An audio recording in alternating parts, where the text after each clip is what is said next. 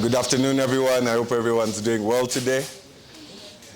Very happy to have you here today for the Founders Cafe. And today on the Founders Cafe, we are hosting a very, very exciting person, someone who has a lot of accomplishments that they've made in their lives, in the entrepreneurial space, in the tech space, someone who everyone can learn from today. So I hope everyone has their notepads out. I hope everyone has a lot of questions for the end of the session. But very excited to have you all here. So my name is Alvin, and I am the Chief Growth Officer here at Hive COLAB. And today we have Beerud.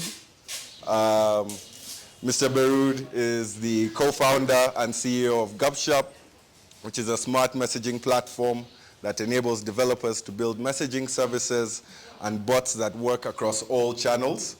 And Gupshup is used by over 30,000 developers worldwide, has delivered 250 billion messages, and supports over 4 billion messages being sent per month.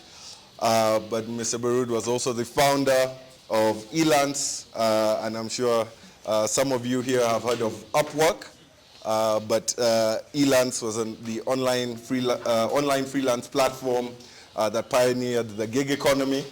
And Elance in 2014 merged with Odesk to form Upwork, which is the biggest online freelance marketplace in the world.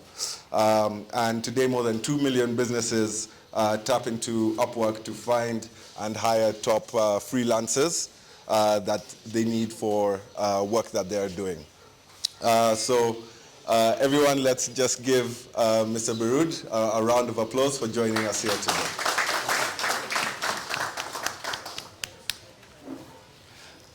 All right, so Beerud, very nice to have you here.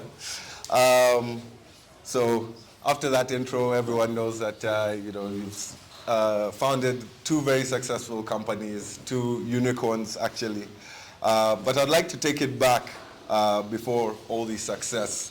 How were you looking at the world when you just finished university and just starting out your career? Hello, does this work? Okay. Well, firstly, thank you for having me here. This is my first time to Africa, first time to Uganda, in Kampala, and so it's a beautiful country. Everyone's been super nice, very friendly, and I'm looking forward to meeting many more of you, make some connections. I mean, and I'm here with the V2 organization. I'll explain why in a second, but they were asking me, do you want to tour, go visit? And I'm like, no, I'm more interested in meeting the tech ecosystem, right, out here, the people who are doing some interesting things, more than visiting the big 5, right, the gorillas, the chimpanzees. And also, my wife will kill me if I go visit those places without her. So, I think I'll have to come back again now for that, right? So looking forward to that. But anyway, beautiful country and great people, so really good to meet all of you. Thank you for having me here. You asked about going back out of college, so maybe just some quick background. I grew up in India, Mumbai, India, and I studied there. It was in sort of an average middle-class family, right?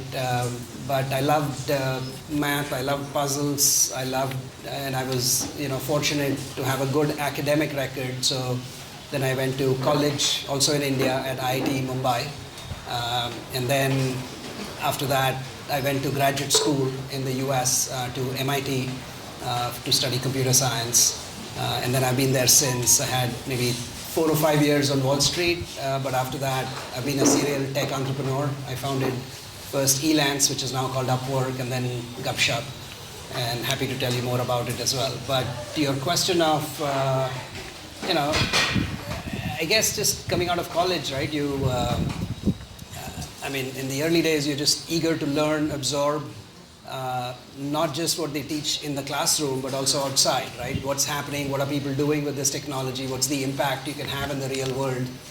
And I was actually admitted into the PhD program at MIT, but I was very clear early on, or it became clear very quickly, that I didn't want to be a professor or an academic.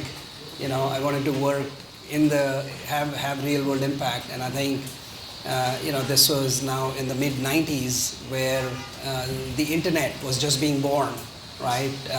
Netscape was just being created, and after that eBay and Amazon and Yahoo, all these, and then Google came much later, and Facebook, and all of these businesses didn't exist at that time, right? But as this was emerging and developing, you could see the impact of all the work we were doing in class projects would translate into really big businesses and so on. And I think that just really interested me, excited me, and I didn't know it then, but though I had a sense when I was in college. But I certainly know it now that ultimately technology and entrepreneurship is the ultimate way to create prosperity in society, right? You create these businesses that impact the lives of millions of people, that also, of course, create financial wealth for people who work there, and value for all the customers, all the different stakeholders, employees, and so on.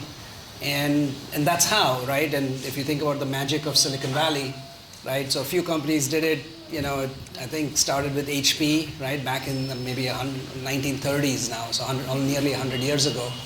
But then people work there, and then they spin out and start other companies, and then and the whole cycle keeps repeating again and again. And that's how, a lot of value and wealth and progress and success happens, right? And obviously, I didn't know this in college, but you just had this sense saying, look, it's amazing what they're doing, and that's what I wanted to do. So that's how I kind of got started with it, yeah. All right. Very interesting, very interesting. And after college, you said you went and worked on Wall Street.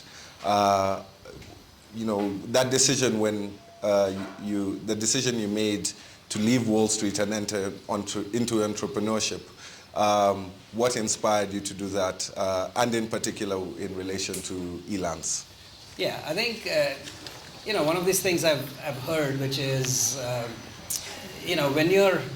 when you're lying on your deathbed, right? When you're really old, let's say, and when you're talking to your grandchildren, and I can't even think of that right now, but and certainly not when I was in college, where I was a little kid. But people say when you're at that stage in life, what do you wish that you had done but did not do, right? What regrets would you have, and what would you feel good doing? And I think one of the things I was always, like I mentioned, around in the mid 90s, the internet was being born, right? The browser, Netscape, and all these other companies were slowly happening. And then imagine somebody asks you, like, what were you doing when the internet was being born, right? And if I said, well, I don't know, I was a spectator, I watched all these companies do it, I didn't do anything about it, that would not be I would not be comfortable with it, right? And these kind of opportunities, right? They come like once in a while, right? They don't happen very often, but whenever these kind of paradigm shifts, right? Where these technology transitions, when they happen, these are sort of really disruptive, transformative opportunities, right? You can transform not just your family and your life, but your community, your country. All these companies now have global impact, and when those happen, that's like so it's you don't want to have those regrets much later in life, right? So that's like the itch, right? You were itching to do something. I didn't know exactly what, but that's the starting point, right? And then you say, okay, well, now what do we do? What specifically, right? Do you do about it?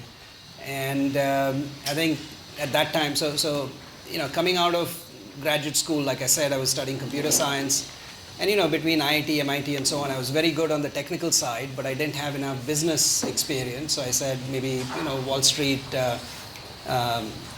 would give me a little bit of that, which I did learn. But meanwhile, like I said, the internet ecosystem, the internet business was being born, and as that happened,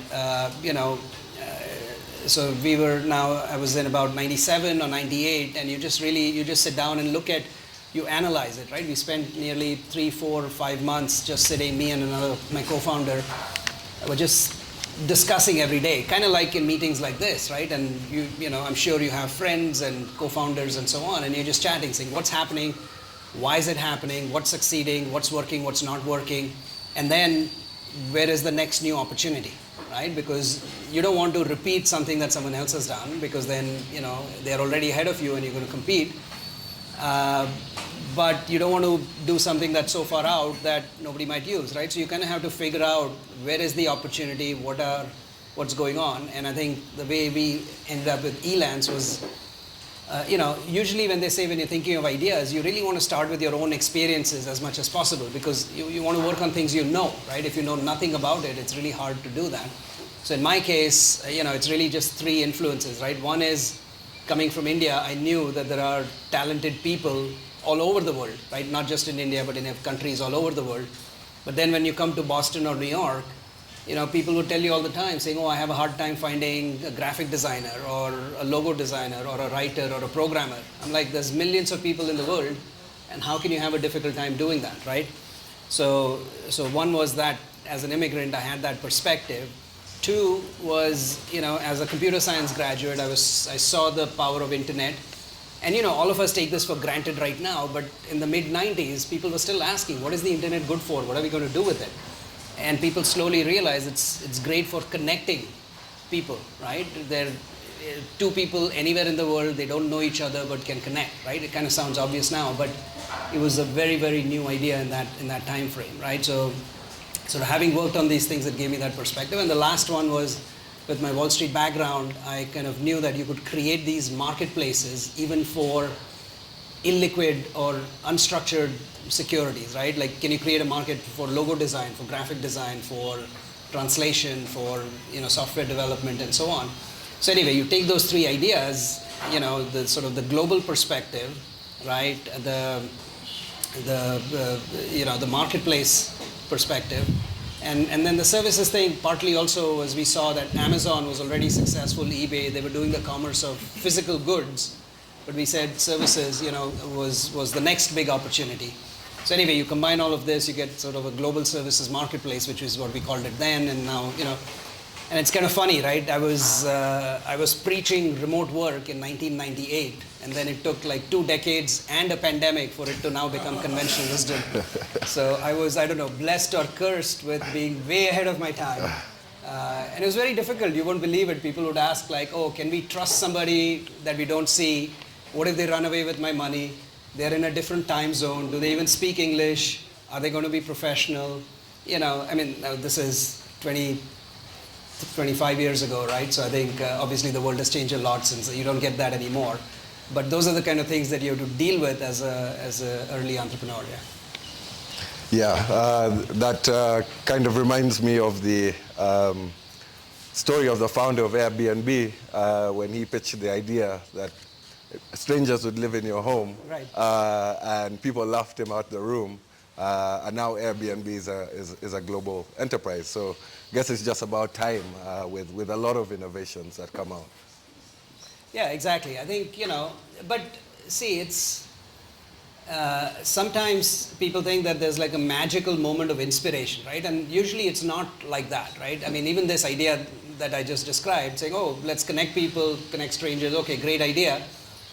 But even there, right, you say, okay, which services? So we created a website which had a whole bunch of categories, right? We had graphic design, logo design, translation, software development, but we also had business consulting, legal, I don't know, archaeology, you name it, right? All kinds of categories.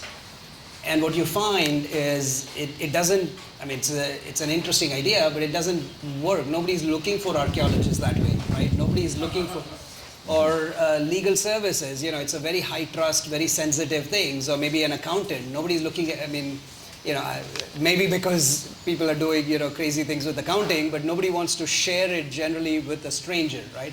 So those categories did not work. But on the other hand, you know, software development, graphic design, you know, all of those things just worked brilliantly. And that time the web development itself was growing. So there was a huge need, right, for web development. There wasn't enough talent locally in Chicago or New York or San Francisco. There was a global pool of people who were, again, early days of internet, so developers were emerging all over. So the point I'm making is, it's not like a magical idea in a moment of inspiration. It's an idea that you have to keep refining again and again and again, throughout sort of the entrepreneurial journey, right? So in that sense, yeah, timing is right, but you have to discover based on, to find that product market fit, right? Based on customer input and feedback. And if they're not using it, well, why are you not using it? And it's okay, it won't work for everybody, right? But even the person who doesn't use it will tell you either what you can change, or maybe you shouldn't worry about that segment and focus on somebody else. So you have to keep iterating over it, you have to keep exploring, learning, and then things that work you keep, things that don't work you throw away. And that process of repeated iteration, is often gets lost, because people assume, oh, either an idea works or it doesn't. And it's like, no, you're kind of shaping that. It's sort of like you have a rock and you have to convert it into a gem, and there's like, you have to keep working on it, a long process. Yeah, that makes a lot of sense.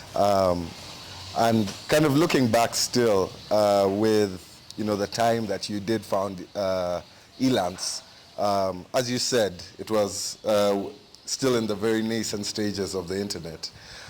People didn't know what the internet was, how to use it, how to make value out of it.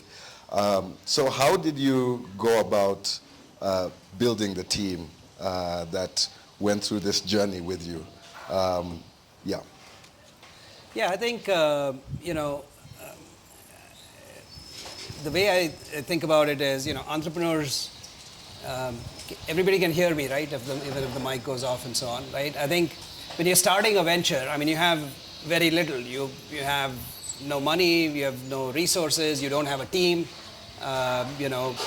Maybe you have some funding, or maybe you don't have funding even, and so on. And how do you take something like that and create something big, right? And ultimately, the number one job of an entrepreneur is really salesmanship, right? We are really selling.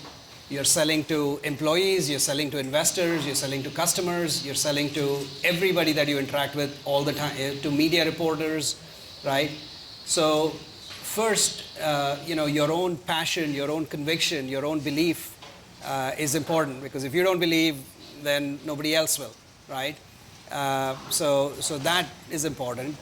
Secondly, even if you have belief, others will think you're crazy, more likely than not, because that idea will never work, and so on. So oftentimes, relationships also matter. Now I was partly fortunate because I was a graduate of, sure. Any better? I think it might maybe a range thing again. Yeah, I think we just need to bring this closer. Yeah. Maybe push it closer a little bit. Yeah.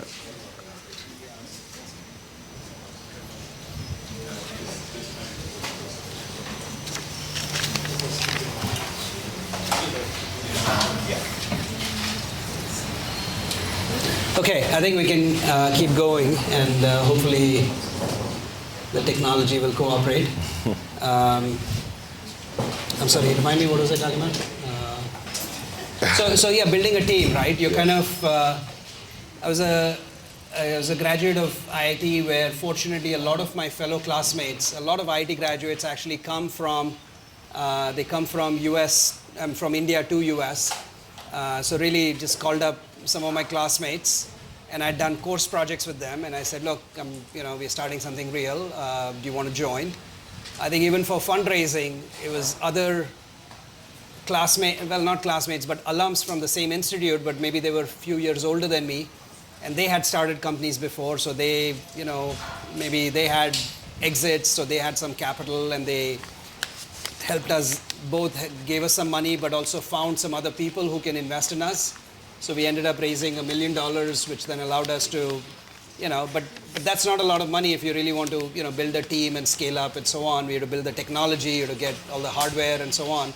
This was before the cloud again, right? So it was very expensive.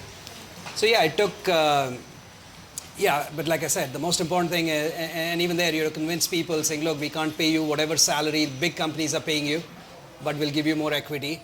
Well, then the question is, how much is the equity worth, right? And it's worth nothing or it's worth everything, depending on how you feel and they feel and so on, right? I think one of the most interesting things I'd heard that I still remember, right?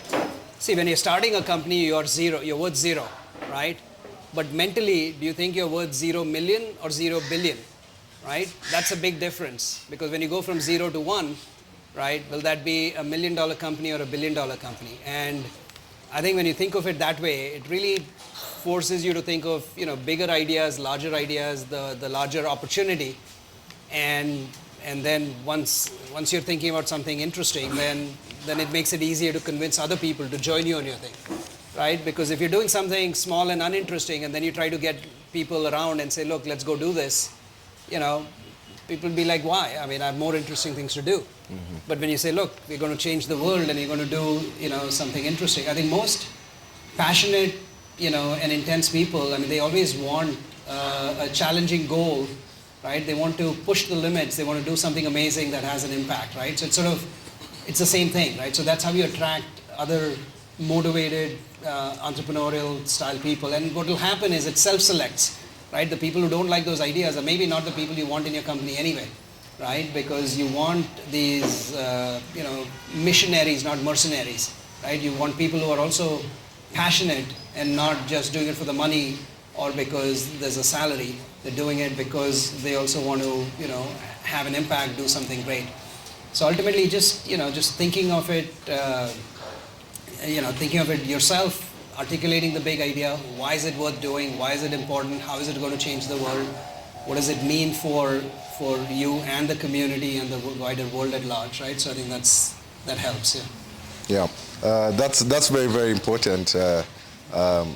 Really having a very big, hairy, audacious goal, but at the same time having that conviction to sell it and to believe in it and to believe in it passionately. I think that's very infectious, and that also pulls people to you, as you rightly put it. And I'm sure there were a lot of challenges that you faced also in those early days. And one that I'm sure people hear about time and time again, and anyone who's in the tech space hears about it, which was the dot-com bubble bursting in 2000. How did you maneuver through that challenging time? Yeah, I think that was crazy. I like to describe it as a roller coaster, right? We were like really riding high for a couple of years, and then really, really low, and then sort of came back to stability and so on. And I'll come to the specifics, but it really is hard psychologically as an entrepreneur, right? Because one fine day you're like excited, oh my God, so we closed $1 million round, and then a $10 million round, and then a $50 million round, like very, very quickly, because these were the crazy, the late 90s, where a lot of internet funding was happening in Silicon Valley.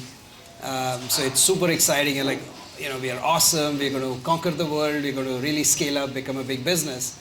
And then suddenly, you have no control over it, but the whole market collapses, right? The dot-com bust happens, and the stock market, sort of falls by like 20%, 50%, 80%, 90%, 95%. A lot of companies get wiped out, which means all your customers now don't have money, which means you can't grow, because what are you going to sell, right? Because nobody's buying anything. So we had hired a bunch of people. I think we'd gone up to about 200, 250 people. And then literally like 3 months later, we had to let half of them go, which those were the first time I did these layoffs, right? Which as a founder, it's very hard, right? Because you feel like, wait a minute, I used my passion, belief, conviction. I got people to give up their jobs, join me, work with us. And now I'm asking them to leave, right? So there's a sort of a very personal or a moral obligation that you feel. But there's no alternative, because the business cannot support all that many people, because your forecasts have changed dramatically and so on, right? And then, it's one thing if this is temporary, right? Because while you're going through it, you don't even know how long this is going to last, right? So you say, okay, well, maybe it's going to be 3 months or 6 months, maybe a year. and then it became like 3 years, and then 5 years, and actually, you know, it was like a good long 7-8 years, and you know, I'm sort of shortening it into a few minutes, but mentally, when you go home every night, you know, to your family, or when you think about it, and you're like, wait a minute, what am I doing? Am I going to survive this? What's going to happen? What if we don't get another funding round? You know, I mean, it can become really, really hard. And I think maybe one of the lessons I've learned the hard way, right, is you got to sort of mentally, you know, disconnect a little bit from the ups and downs, right? You cannot connect it to your own identity. You can't get super excited and then super depressed either, right? You kind of have to be, look, you know, there's this thing called the serenity prayer, right, which says, you know, give me the strength to change the things I can, the patience to accept the things I cannot, and the wisdom to know the difference, right? So you kind of have to say, look, I'm doing the best I can, I'm doing everything I can, right? But there are things outside my control. I don't control the stock market. I don't control what our customers can afford or not, right? And then you just think about, what can I do under the circumstance? How can I innovate? How can I create something new, right? It's a little bit like you have to flow like water around rocks, right? You can't get stuck. You can't break your head against a wall again and again. You're saying, okay, here's an obstacle, here's a problem. Now you need to change course, you need to modify, and so on.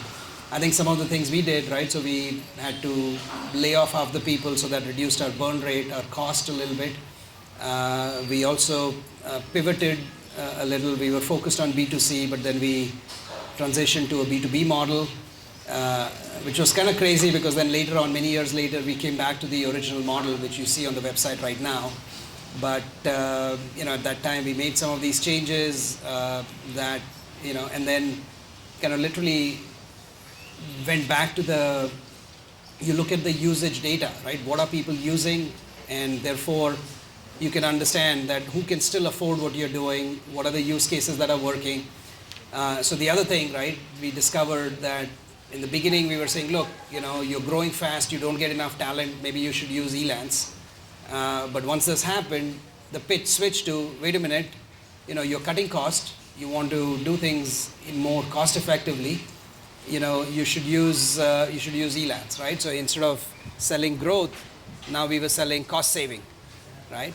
But it's still the same platform, right? So you kind of, just by positioning it differently, just by adjusting to the new situation and the new context, you know, we were able to do that. Just sort of learned the hard way to be, to not worry about the ups and the downs, right? So even right now, like recently we did a big round of funding, the whole team was excited. I'm like, okay, you know, calm down. With more funding comes higher expectations, and we have to work hard to do that. Or something bad happens, people get really upset, right? And then you have to say, look, it's okay, let's figure out like what next, right? You can't worry about what's happened. All you can think about is what to do next, how to move ahead and focus on that. Yeah, thanks for that. That's a really important message for every entrepreneur out there. I mean, pretty much summarizes very well what resilience means, you know, keeping your head down, keep pushing for what you've always been trying to achieve, and ensure that you change tact when things are not going well. So Gupshup, I hope I'm pronouncing it well. Yes. Great. So first of all, what does Gupshup mean? With Elance, you kind of get the connection to freelance, but where did the name Gupshup come from? Well, so Gupshup means chit-chat, okay, chit-chat in Hindi. What's the local word for it? I heard kauzu or something? Kawozi. Kawozi. Yes. Sorry. That's what Gupshup means, and it means chit-chat. And the reason why it's called that is because we help businesses have conversations with their customers, right? So, you know, everybody here use WhatsApp? I'm pretty sure everybody does, right? So just like you chat with your friends and family, what if you could also chat with the business, right? So you could chat, I don't know, with KFC and say, look, I want to order, you know, my meal. Here's the order. Can you do it?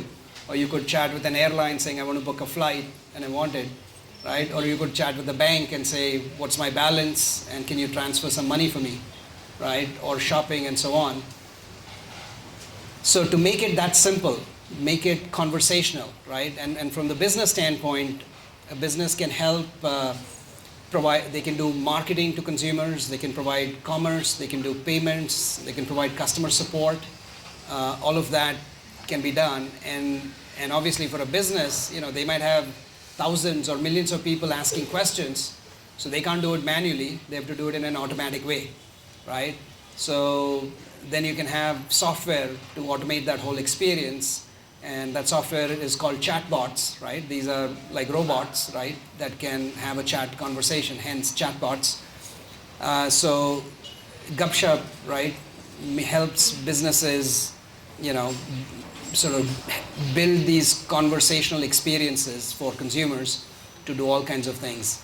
And I can, just to share a little more context about why that's important, right? And it's a really big thing. If you think about the internet, right, and when the internet happened in the mid 90s, right, when I was doing Elance, at that time, everybody was using laptops and desktops, right? The mobile phones were still not created at that time. And when the internet happened, businesses said, oh, we have to engage with customers through, in a digital way. So they created websites, right? And the whole internet, which started in the US, right, became very, very website centric, right? So every business, every brand built a website. Consumers use the browser to go to these websites to interact with all these businesses. And as you know, you can do a lot of, you can do commerce, you can do content, you can do all kinds of stuff through that. By the time the smartphones came in the mid 2000s, right? 2007 was iPhone 1. By that time, the web was very well established, and with smartphone, everybody just used the web in the US.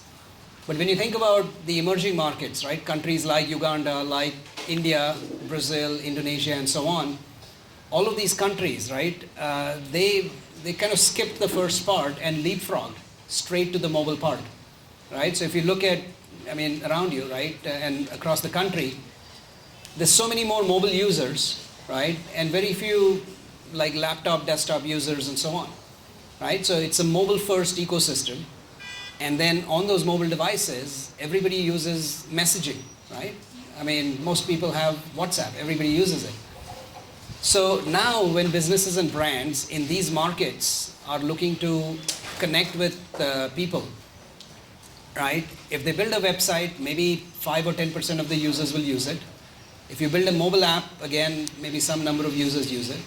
But if you offer all your services on WhatsApp, well, then everybody can use it, right? So I think we are seeing a huge growth in that opportunity. And that is scaling up, right? It's literally like the internet, right? Imagine it's like the internet coming in for the first time. It looks a little different, right? It's not, so this internet doesn't look like the web. This internet is more conversational, right? Chat-like. It's better suited to our kind of markets, and it reaches everybody, right?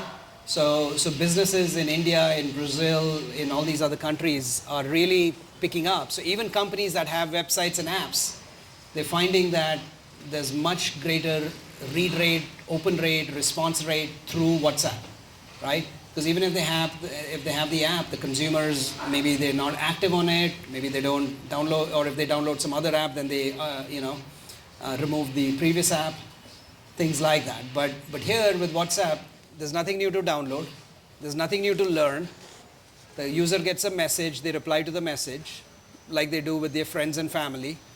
And it just works, right? It works, it's very simple, it's ideal, and so on. So anyway, I think this is that's why I'm very passionate about it. I'm very excited about it because it's another one of these transition points, right? These paradigm shifts, the ones that you don't want to tell your grandkids when you're older, saying, what were you doing when this was happening?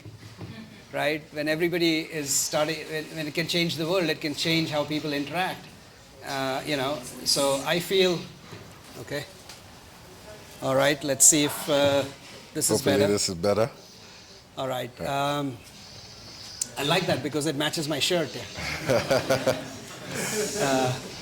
Okay, so as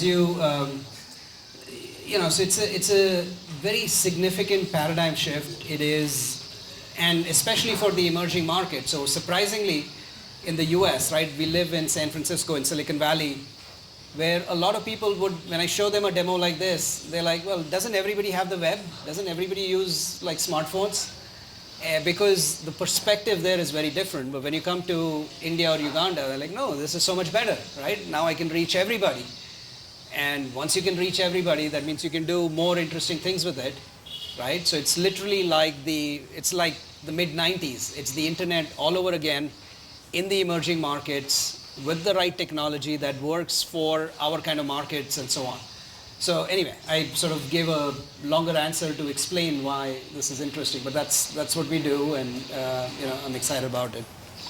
No, that sounds super and very exciting. And maybe just to open it up for some of the people who might not really understand exactly how it works. Yes, who is actually responding to the messages once you've typed to a company or a brand on Gupshup. So if you could maybe just explain that a little bit more. Sure. So again, I'll use an analogy, right? So in a way, on the web, right, you use a browser and then you go visit a website or many different websites and you can do different things. So here, think of these chatbots as like the new website, and then think of WhatsApp like the new browser, right? So you use WhatsApp as the browser to visit, and how do you visit? Well, in WhatsApp, if you have a phone number of a friend, right, then you can chat with the friend. Well, imagine the same thing. If you had the phone number of a business, then you can chat with the business. You send them a message, the business replies, right? And instead of website, just like the website software on the internet, here you have chatbot software. And that software, when you send it a message, if you say hi, right, the business will respond saying, hello, I'm from KFC, here's our menu, what can I help you, what do you want, place an order, or order for a party, or find our location, right? So it maybe gives 3 options. When the user says, okay, find location, then the chatbot again says, okay, where are you located right now? Give me your current location. We'll tell you our, and then it can provide the nearest, saying, go to Acacia Mall, and there's the KFC there. Or if they want to place an order, then it says, here's the menu, and then the users can select the items, and as they select, then it says, okay, here's the payment link, right, the USSD code to make the payment, and now you can, make the payment, right? So basically, there's software, right, just like there's website software. This is chatbot software, which is, actually easy, or it's becoming easier and easier to build. We have, just like for web development, there are many tools, right? You need a web server, and then maybe you use tools like Shopify. If it's a commerce website, you use WordPress, or you use blogs and so on to create standardized websites. Similarly, there are tools needed for creating chatbots, right? So in a way, one thing is that's what Gupshup does. We provide all the different tools and so on.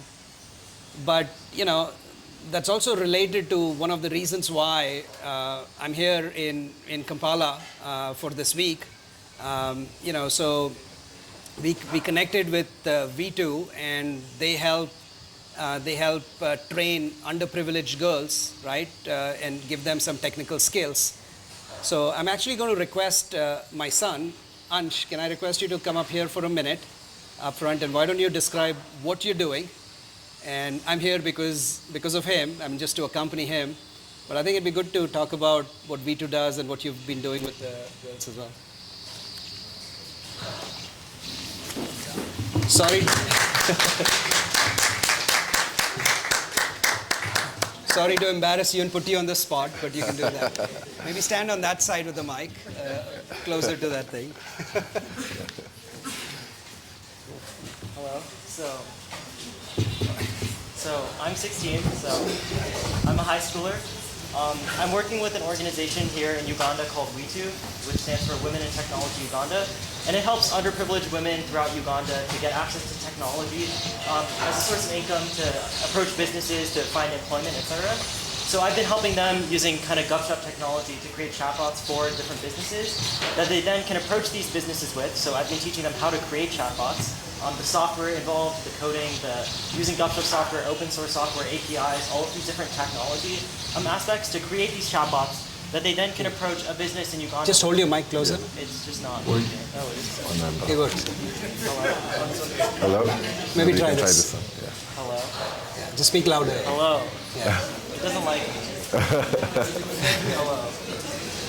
Okay, yeah, so once they learn how to create these chatbots, these very advanced WhatsApp chatbots like my dad was describing, they can approach nearby businesses, for example, KFC. They can approach governmental organizations. So we already have some businesses that are already willing to create chatbots, and the WeToo women are creating these chatbots for them that they will then sell to these businesses and as a source of income, as a source of revenue for them. So it's kind of using technology, using cutting edge technology, even AI sometimes, to create these chatbots that they then can sell to real businesses. So it's just an example of here in Uganda using local technology to revolutionize the marketplace and gain access to a broader set of users. Yeah. Wow. Thank you for that. So I think the message is clear to all the entrepreneurs here. No pun intended, messaging is the way. Right. In fact, right, so if any of you are looking to do conversational things, you already have a trained team of engineers, about 125 women who have become actually very good. I saw some of those chatbots. So if you want to hire them, full-time or even part-time, get them to do some projects, I think. But see, ultimately, when you have an ecosystem, right, I mean, hopefully what this does is you have at least 100 plus people, which over time will become thousands and more, but they will help each other become better, right? With different people can do it and learn from each other. And once you do it for one business, then the other business will want it. And once, even the government agencies are looking at doing this and so on.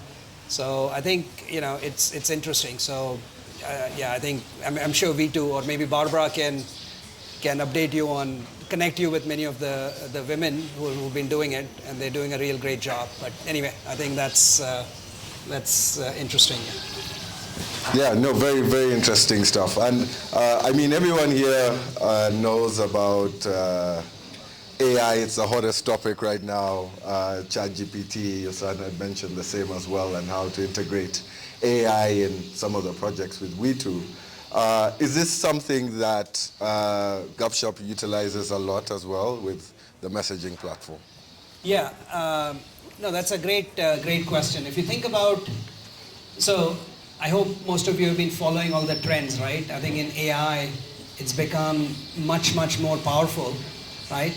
So AI has been getting better, year after year for many decades. But what happened over literally the last 3-6 months, right, is finally we realized that when you have, 100 billion plus parameters in the neural network, and when you can crawl the whole internet, and when the hardware becomes fast enough, when you combine all of that, suddenly AI can understand language, can understand human language, right? And when it does, I mean, if you use GPT-3 or ChatGPT, it's really delightful. It really is almost human-like capability to interact, right? So now when you think of these large language models, right, LLMs as they're called, they're going to change how anything related to language, right? So creating a blog post requires a human to write. Well, these LLMs can actually write a blog post for you. A lot of college and high school students are using it to do their homework assignment, which is a problem. So now the schools are going to have to find new ways to assess and to evaluate kids and so on. But marketers are using it to create blog posts and so on. It also is great at understanding different languages. So this is not just in English, but it can automatically translate. It covers most languages. I know Swahili, even Rukiga, I think, right? One of the dialects of the Bantu language, it can do it. Wow. But the point is, it's covering a lot of even far out languages, right? And it'll get better as sometimes some of the content is not available on the internet, right? But it'll get better. So now anybody in any language has access to all the information in any language out there, right? Or they can communicate with people in any language as well. So it's becoming suddenly much, much, much more powerful. And then when you think about this language capability and combine it with the chatbots, right? Even chatbots are all about language because you're having a conversation between a business and a consumer. So when the user says, can you recommend a gift, between $10 and $20 for a 12-year-old boy, right? I mean, you can use AI to first understand the query, to look at the catalog, to find the relevant products and make that recommendation. Or, if somebody wants to ask a question, is there a government scheme to help farmers right now, right? And they can ask that question and the AI can look at the data and answer it. So yes, I think AI is going to have a huge impact on all of these chatbots and conversation experiences I was talking about. Now, AI is not necessary, right, but is very useful. If you think about most websites and apps, none of them have AI, right? You click a button, you click a tab, you click a screen, and something happens. So even in these conversation experiences, you can give users options, right? You want to pick option 1, 2, or 3. If the user picks option 2, then there are more choices, then there are more choices. So that's a structured conversation. But now, on top of the structured conversation, you can also have unstructured, natural language, freestyle conversation that makes it a lot easier. So I think AI is going to transform the language part, multilingual. You can also do voice, by the way, so it can do text to voice, voice to text, and so on. All of these things that were super hard and super expensive even 1 year ago, right, have now suddenly become very easy, very accessible, where anyone can just use it, and basically for like 1 cent per query, you can build AI-based products. And I do know, right, even some of these women have been using it, and building some of these experiences. So it's become much more affordable, much more, usable, simple and easy to use, and I think it's a real game changer. In fact, the AI transition is another one of those, significant paradigm shifts where everybody, in the Valley now, more and more VCs and more startups are getting funded. Everybody's focusing on looking at these examples, right? So, I'd say it opens up a huge world of opportunities where if you just look around you and say, okay, what are the problems that we're facing that and understand very well, that you can use either AI or conversations to make it simple and easy, right? So AI provides the intelligence, WhatsApp provides the distribution to go to every user out there. And when you combine those two, you can create amazing internet services. And what kind of services to create? It's actually very easy, right? Think about it. It's as if you've already seen the movie. Right? The movie played out in 1995 and 2000 and 2005 and so on. We all know what you can do with websites. You just look at the top 100 or the top 1,000 websites, and yeah, you can do real estate, you can do commerce, you can do hotels, you can do, banking. All of those things. Well, now they have to be reinvented for a different market, right? And all it was waiting for was some basic technological shifts, right? Like, is there a technology that reaches everybody? And until now, there wasn't, right? So, for example, in this part of the world, we've innovated, mobile payments, right? USSD-based mobile payments is very unique because that's the only technology that works on every device that everybody can use. And, there's, hundreds of millions of dollars of transactions in the whole country that's happening. So the same thing, right? Now this is sort of the next level up where if you can use, conversations and then use AI to combine it, I think it could become very ubiquitous, very powerful. Wow. Very powerful and interesting stuff. And, you know, you are described as a visionary online, someone who can see into the future and notice all these shifts that are going to happen. One that you've explained very clearly today is with messaging. You've just touched on AI. Is there anything else, particularly, I would say maybe within the African context that you see as a major shift that could happen in the future? You know, visionary sounds like a big word, but it's not really, right? I'll tell you, just to demystify it.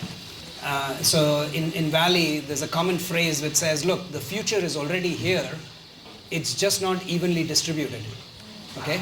Meaning it's only available in some part of the world, but it's not available everywhere, right? But maybe 5 years later or 10 years later, everybody has it, okay? If you think about, I mean, everything that started, right? I mean, the PC and the computer or even the internet, in the early days, it was just in university labs or in defense labs, right? Like when I was doing my undergraduate and graduate school, I was using the internet, but most people outside universities had no idea what the internet was because they just didn't have access to it. But 5 or 10 years later, it got productized and everybody started using it. So if you want to know what's going to happen here 5 or 10 years out, well, just look at what's already happened in other places and or somewhere. It's not even other countries. It may be like a particular lab or you know, different countries have unique contexts. Like in China with WeChat, right? There's some unique things happening there. Or like in in India with digital payments and UPI, they've created some amazing innovation out there, right? And so on. So, but it's not just saying, okay, all of that will happen. You just have to think about, okay, what happened? How did it happen? Why did it get successful? And then can it translate to our market here, right? So when I think about local services, and I've been meeting some tech entrepreneurs over the last few days also, and you know, many of them, whether they're in e-commerce or payments or other spaces, oftentimes the technology is all there. They understand that, right? The challenge is how do you deliver it to the last mile, right? It's the distribution problem. For example, you know, Jumia they have like 5,000 people, you know, who can help other people place orders, right? Because sometimes they don't have smartphones. So in every village they have a representative who can place the order on behalf of somebody else to do that, right?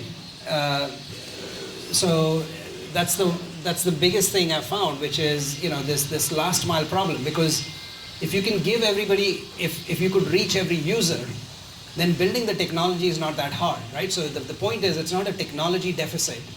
It is just the distribution deficit, right? That's the bottleneck, that's the choke point. And that's why I'm so excited about sort of this conversational things, whether it's WhatsApp or SMS, right? It really works for everybody. But with WhatsApp now, you can do much more advanced things. And the fact that if you can solve the distribution problem, okay, then on the technology side, all of those are very known ideas, right? And it looks visionary if somebody said, oh, you know, imagine if you can create fintech companies, you can create, you know, neobanks, you can create, you know, transportation companies or, you know, auto sharing and so on. I mean, all of these ideas are very well known. It's just that if you build it today and you build it as an app and only 100,000 users download it, well, you don't have the scale to build a business and then it struggles. On the other hand, if you take the same thing that could reach 10 million users, right, and you have the scale that generates enough revenues to invest in your own product and engineering, then suddenly now it's a real business, right? So, I mean, as an entrepreneur, this really fascinates me. It's not hard. It's these little small differences that translate into big differences, right? It's not like people are smarter, but it's in other places. But it's just that because they have the scale, like in India, you have 1 billion people, right? So Flipkart in India has 100 million users, and therefore everything right? That, for example, if you do in Uganda, everything gets multiplied by like 10 to 50, right? So it's just bigger. And when it's bigger, you get more revenues to invest in R&D. So now you can do more engineering, which then becomes larger, right? So for startups, it's really just these basic things where do you have enough scale to have enough customers to give you enough revenues to then invest in the next generation of the product, and then it gets bigger and bigger, right? So sometimes the challenge of a small market, right? And the small market could be either small country or even more, limited technology, right? That distribution thing that I talked about. But now those problems are getting solved, right? I think with conversational, it makes it easier. Now you can reach at least the 10 million of the 30 million that have smartphones, right? And you can even do some of this on SMS, right? So now you have 10 to 30 million people that are accessible, which means it's a larger market, right? And then if you build a service that everybody would use, then you can monetize it, and then you can reinvest and scale up, and suddenly it's a much bigger business, right? Nothing has changed, right? Same technology, same country, but it just sort of reaches more people. So I think a lot of the innovation, yes, so what happens in the U.S. market is the people who live there focus on their own problems, right? So they're like, okay, how can I do AI, and how can I use use faster GPUs and faster processors and do certain things to do certain things. But their needs sometimes are different than the needs here. Now, some technology is universal. Translation technology could be great. Voice to text, text to voice can be great, and so on, right? But some problems are unique to here, right? That a U.S. business is not. They don't even see it, so they don't even try to solve it. But in a way, that's good. That's an opportunity, right? Because you see it, you understand it, and then if you can connect some of these dots, right? So I didn't answer that question with a specific idea, because I think all of those ideas, right? Like look at the top 1,000 websites. All of them could become really, really big businesses in Africa, in Uganda, if only you had the reach. And now, so in that sense, the biggest idea really is, okay, solve the reach problem. And once you have that, then there's a very, very long list available of things to do, and then it depends on your interest. If you like real estate, you could do that. If you like, commerce, or if you like content or news and information, or SMEs or large segments and sectors to apply these ideas to. Does that make sense? Yeah, makes a lot of sense. So it's not about one specific idea. Everyone here, this room is filled with entrepreneurs today, young founders. Everyone has an idea that is capable of changing the world and changing the world for the better. It's, how do you make it happen through kind of these really small steps and through it reaching the masses. And kind of going back to that, which is, everyone here is a founder. And everyone here has hopes of, taking their business to $1 million, or actually as part of the Youth Startup Academy, what we want to do is create Uganda's first unicorn. So what advice would you give to the founders sitting here today to get to that level? Yeah, absolutely. Like we said, right? I use 0 million or 0 billion, right? I think just think bigger. So, really, where does valuation come from, right? Valuation is basically a direct function of scale, right? If somebody thinks that you can generate $100 million of revenue in a few years, then it would be $1 billion company, right? Just to use a simple metric, maybe 10 times revenue or something. So, then the question is, okay, how do you get 100 million in revenue, right? So either you have a service, that, I don't know, at scale, maybe 1 million people use and they pay you $10 each, or maybe, no, did I do them $100 each? Or maybe 10 million people use it and pay you $10 million each, right, per year. Or, it depends. It's sort of the number of users times the amount you can monetize. And then it depends on the product and the service, right? And you have to refine the product, the service, the pricing, and so on. But, and this is the reason why I was emphasizing that scale part and the distribution part a lot, right? I think it's like, in a way, Africa is sort of, from a tech standpoint, is still the, underutilized, under-leveraged continent, right? I think in that, I mean, yes, you have a few large businesses and web-oriented and so on, but I think when you really talk about the masses, the whole population, there are very few services, and the purchasing power is there, right? People do need services. They use it, and by the way, that's how the economy grows, because you make something convenient, where let's say somebody can save money, then suddenly they'll do more online shopping, and they'll do more online shopping. Now the e-commerce company grows, but consumers also benefit. It's not like they're spending more, right? If anything, they're saving, they're spending less, but you're just cutting out the inefficiency, right? And that's what technology and the internet is good for. You connect and you disintermediate, you cut out the middlemen maybe, and you just streamline everything, right? Or if people don't have to waste time standing in line, right? I mean, in places like India, Uganda, I see it all the time, where, there's a limited service, only one place it's available, and there's a long line, people waiting to get their turn. Imagine if they could just WhatsApp it and get it done, right? Now you don't need to wait in line. That frees up a lot of productivity, where maybe they can go do something else, right?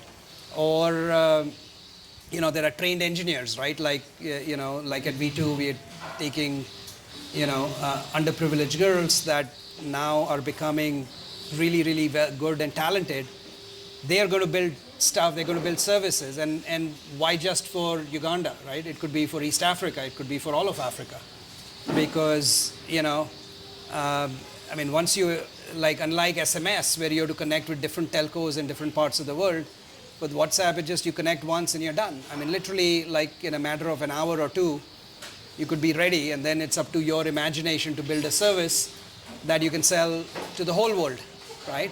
So I think all of these are, finally happening. I mean, it's sort of the internet is coming here, and just like the internet transformed a lot of the Western countries, over the last 2 decades, and maybe China over the last decade, I think India and Uganda and Brazil and Indonesia and all of Africa, I see, in a way, the next decade sort of belongs to these kind of countries, right?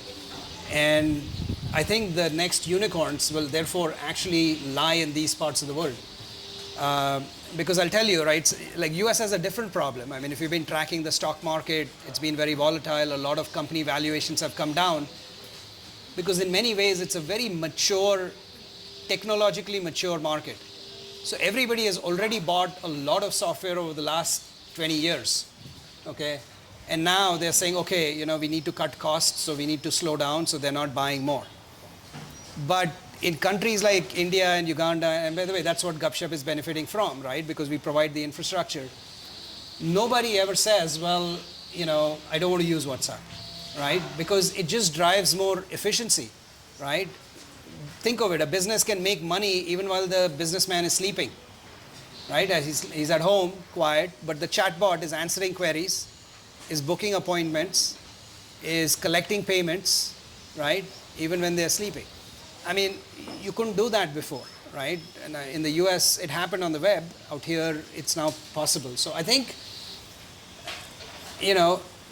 as an entrepreneur, I always like to see it as, there's opportunity in adversity, meaning the fact that there are, not enough unicorns or not enough technology is, I think, an opportunity, which means almost anything you build, right, there is a need for it. If only you can deliver it to people, and then if you can monetize it and make it efficient and frictionless, there is a need for it. So long as if your user gets value out of it, then they'll pay you. They'll give you some value for it. And if you can sell it to more people, you can monetize it, scale it up, and so on, right? So again, like it's unicorn, right? And yes, it's a big valuation, but it's not hard if you have scale. And scale is not hard if you have the base technology. And that's happened, right? So what I'm saying is all the enabling factors, right? I mean, another analogy I like to use, right? Imagine if you're, I don't know, let's say if you're a surfer, right? And it's hard to show, let's say you're very, very good, but it's really hard to show that until like a big wave comes that you can surf in, right? So it's the same thing here. There are many good entrepreneurs, promising entrepreneurs waiting here, but it's hard for you to show it unless the tech ecosystem allows you to do what you can do, right? To show your skills and your ability and your understanding of the market. And you know, if there's one point I want to leave you with is that that big wave is here. That big wave is happening, right? And now you can stretch your muscles and you can, you know, ideate new things and you can create it. And in some ways, I think that's the easier problem, or easy is the wrong word, but that is in your control, that you can do.